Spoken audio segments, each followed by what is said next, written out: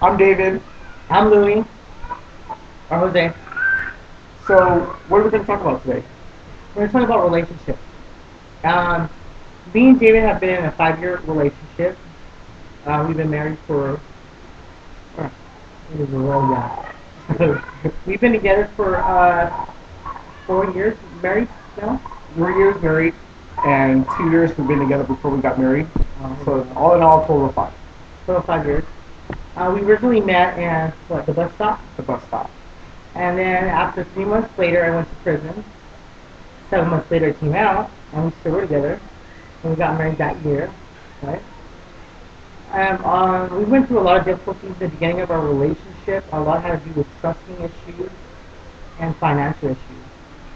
But we overcome all those by compromising and, Committing, for one. well, yeah, you have to be committed. You have to be really committed. I've been always committed. But other than that, I mean, the key part that I've learned in a relationship or in a marriage, whether dating or not, you have to be true to yourself and who you are first. Because if you can't love yourself for who you are, you can't. Love anybody else. Thank you. But where'd you learn that? I learned it from a book. No, just kidding. I learned it from Jose. Um, yeah, but it's a lot of hard work. I mean, to be committed to one person in this day and age, when you have a 57 percentile rate of divorce, it's kind of sad. Marriage is supposed to be forever. It's supposed to last forever. In a relationship, a regular relationship, people just come and go. I'm one to say for marriage is good. A healthy marriage is really good for those who want to be committed to somebody, who want somebody to love and give that love back. I mean, and we give for their love, honesty, respect, and compromise. We deal with our problems at hand, and if we need to take a break, I'm pretty good with that now. We used to box it out. We don't do that anymore. Now we just, when we're mad, we walk away. We recognize our differences, then we come back and we talk about them. Because if you have a closed mind, that means you're not willing to change. Change has to begin with you first, I believe. And I had a lot of changing to do. And I mean, I was 22 when I got married to Jose. And you know what? It was like the biggest thing that I don't regret doing. And it's a good learning experience because I know what to expect from him, and he knows what to expect from me. And and it only gets better from here. That's all I can say. I mean, everybody has their ups, everybody has their downs. But as long as you can work them out with each other, everything should be fine. Love overpowers all. And it took a lot for me to have that understanding because you know what, I was young, immature, and I wanted things my way because I didn't love myself and I just only loved myself. Now, I'm only in the streets that we had that way. We were homeless, and that's not that's something to brag about, but it's a good learning experience because that's something you can use as motivation. You don't want to use a past as something you want to reflect off somebody else that you want to hold against them because that ain't gonna go nowhere. Exactly.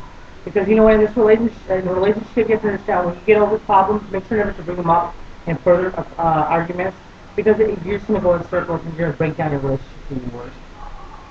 As well as, make sure to show a little bit of time for each other. I know a lot of people have very busy schedules, but you always show time for your partner. Make sure you let them know that you're thinking of them, how you feel, and show them respect. Very much so.